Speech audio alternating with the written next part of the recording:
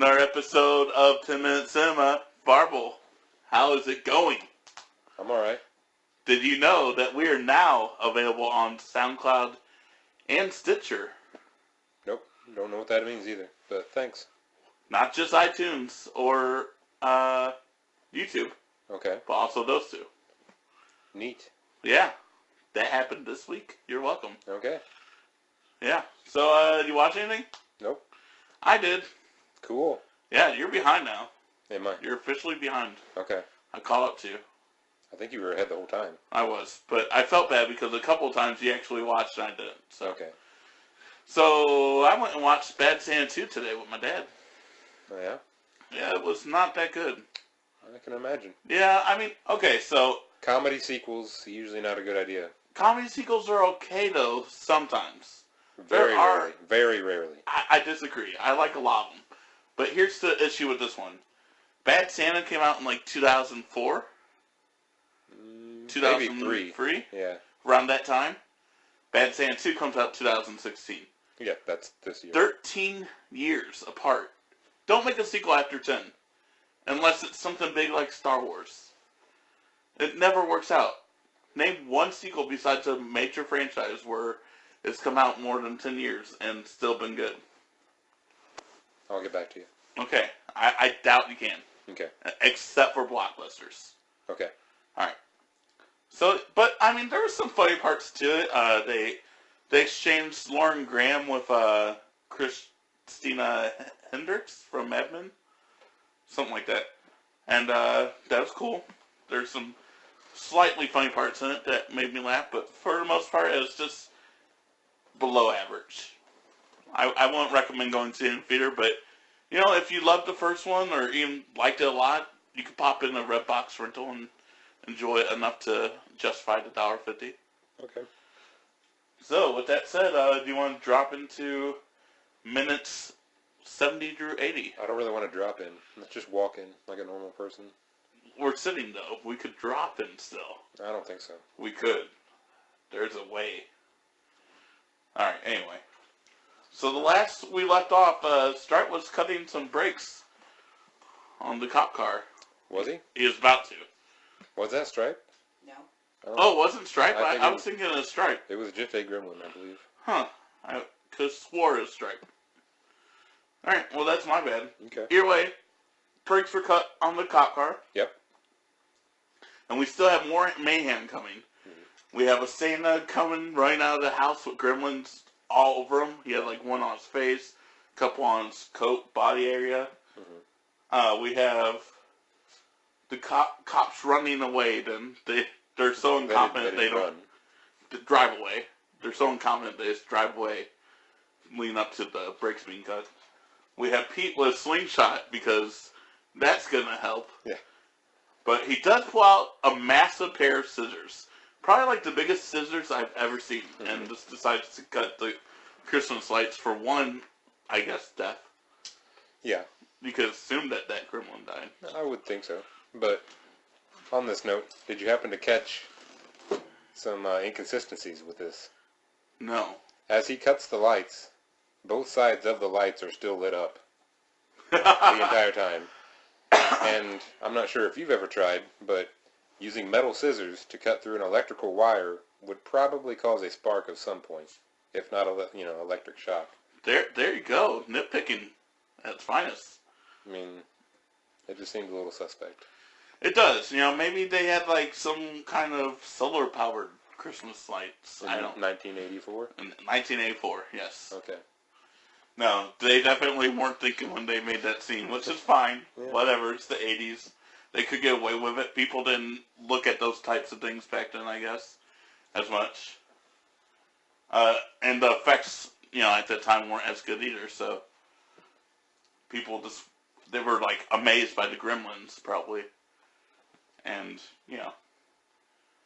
So the cops have no brakes and they crash. And then, Stripe just laughs in the background. Was that him that time? I don't believe so. It wasn't. Could have swore he had white mohawk. I'm pretty sure we don't see him again until the bar scene. I just thought he was everywhere. I just thought, oh look, it's Stripe again. Okay. maybe I just am such a fan of Stripe. Yeah, is that why you called him Spike for a long time? Yes. Okay. Spike sounds cooler than Stripe. Oh. Maybe it's the only gremlin you know. Technically, that is true. I don't know any of the other Gremlins' names. I don't know that they have any in this one. Yeah, me neither. Yeah, they don't. I think in the sequel, a couple of them do. But, Do they? Yeah. Was there a Stripe Jr. in the sequel? I don't remember. No. I remember as a kid, I loved that movie. I loved 2 almost as much as 1. Wow. Yeah. I was a stupid kid. Anyway. Yeah, so, kid. We'll go with that. Billy's piece of shit car actually starts the first try. It has to be a record for him because he is looking like shocked, like heaven has just opened its gates and's like, let us help you. Yeah, I actually didn't remember this, so as soon as he's getting ready to get into the car, I'm like, oh god, how long is this scene going to take? Right. But then it turned out we got another extended scene that just seemed to go on way too long, way more than necessary. Which was what? The bar scene. Oh, well, we actually have a couple more things before the bar. We had the radio station also got attacked. Oh, wow. And then we actually see the dad at the, rest stop or whatever. I mean, he's such a far-off side story right now, I don't even really take notice Yeah, of but it. I like poking fun at these inventions because they're all terrible. So, they didn't actually show us what this one does yet. But it is a smokeless ashtray he's trying to sell to this, sheriff or, He's a gas station attendant. Gas station attendant. I couldn't really tell where it's at. Looks like there's donuts in the background. Yeah, he's at a mobile station. Gotcha. The big Pegasus sign. I missed that. Outside. Okay. I was typing notes. Okay. So yeah, then we're at the bar, which plays out way too long. But there's a lot of funny instances here. Yeah, it really gets goofy. This is where it definitely turns to more comedy again. They're getting drunk, they're smoking, the bar's in flames, watching hockey because that's what you do when you're mischief manager. But for some reason, is her name Kate? Yeah. Yeah. Is serving them drinks. Just run out of this bar. Well, what are you doing? I assume that they were holding her hostage. You serve us drinks or we're going to attack you. They don't talk though, so why doesn't she just think, I'll just run? They kept her behind the bar. It's obvious. No, come on. If she tried to leave, they probably tried to attack her. And then she's like, oh, well, let me try this. And then that... It just seemed pretty silly that she's filling all their drinks and oh, just hold on just 1 second. Oh, God. Oh, let me get you. Okay. It's keeping her alive. I think it's her not thinking straight here. But we see a lot of goofy gimmicks here with the Gremlins. Mm-hmm. We see a flasher gremlin. There's a gremlin playing arcade games. There's a group of them playing... Not just arcade games. He's playing Star Wars. He is playing Star Wars, the Death Star run. Yes. I recognized it. I was wondering if you could bring that up. Yep. Might have. Nice. And you're probably shocked I knew that because that was not in arcades anymore when I was a kid. It wasn't? No, you're really old. Oh, thanks. You're welcome. So, yes. Woo! Burn. What a dick. That was throwing some shade at you. Wait, do you have to make this R-rated now because I just called you a dick? No, I always say fuck in this podcast. It's no big deal. Okay. Yeah. He said fuck last week. I was like, whoa, Varble droned that bomb. Well, since I only know of one listener, let's just hope Brent isn't listening with his children. Well, that's true, but he probably doesn't because it does have a warning. Split it. That's exactly what it says. That's what it says. Yep. I hate you guys. My tongue got stuck. Sorry, move along. Anyway, there's a group of them playing poker which has Stripe and what looks like a female gremlin. Crossdresser. That was where I was going, yeah. Transgender. Let's not, Okay, whatever. And then he shoots one of the gremlins there cheating. Mm-hmm. We have a Flash dance parody for some reason. We have one playing with puppets. And singing to himself? Yeah, singing. And Christina brought up a good point while we were watching this scene. Where did they get all these outfits from? Is there a Gap down the street for gremlins? Little Gap? Mini Gap? Baby Gap. It's called Baby Gap. Baby Gap? There you go, Baby Gap. Pretty sure they went to Build-A-Bear. Well, Build-A-Bear didn't exist back then, so...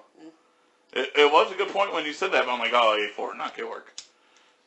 So, they just have all these props and stuff, and you're wondering, like, even the guns that they use during the scene, because there's 2 of them, are mini Gremlin guns. And how do they even use guns? They wouldn't be able to. They don't have thumbs. That's true. This scene makes no sense. Anyway, so Kate tries to light one of their cigarettes, and the Gremlin gets scared and goes backwards, and she realizes, oh, they don't like fire, or light, I guess, because she somehow was able to think of that. And so she grabs the camera and starts flashing them with the camera flash. And that's how she... Polaroid.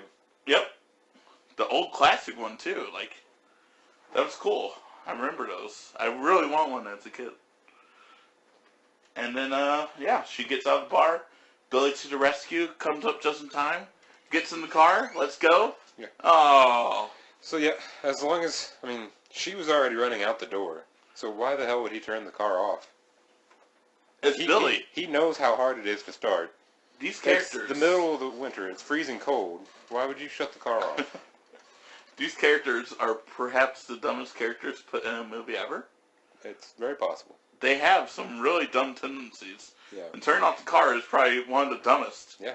When you see someone running towards your car, you either drive away or you keep the car on and wait for them to get in and go. Right. Because guess what? It doesn't start again. It does not. So his idea is, let's make a run for it. Because that's all they can do at this point. And they decide to go into the bank. Yeah. And now we have the story. The famous story. Famous story. But, oh, I'm sorry. There was one quote I wanted to make fun of here. Okay. They look around and it's all damaged and Kate goes, they've been here too.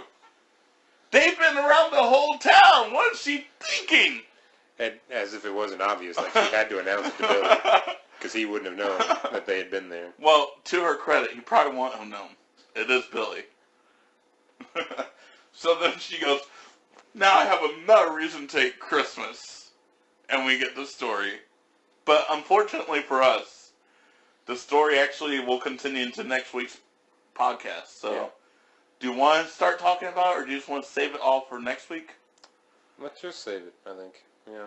I think so, because the story is going to be comedic gold. And this is a good way to, like, hook the listener in. Yeah. I said listener because we at least have Brent. And... Not anymore. Right. You called him out way too much. Yeah, I know. It's favoritism. He's got to move on. And now that he knows it's explicit, he's not going to listen anymore. I hate you so much. This is bullshit. Alright, we'll carry that hate over through the weekend, and I'll see you on Monday. See you next time. Bye.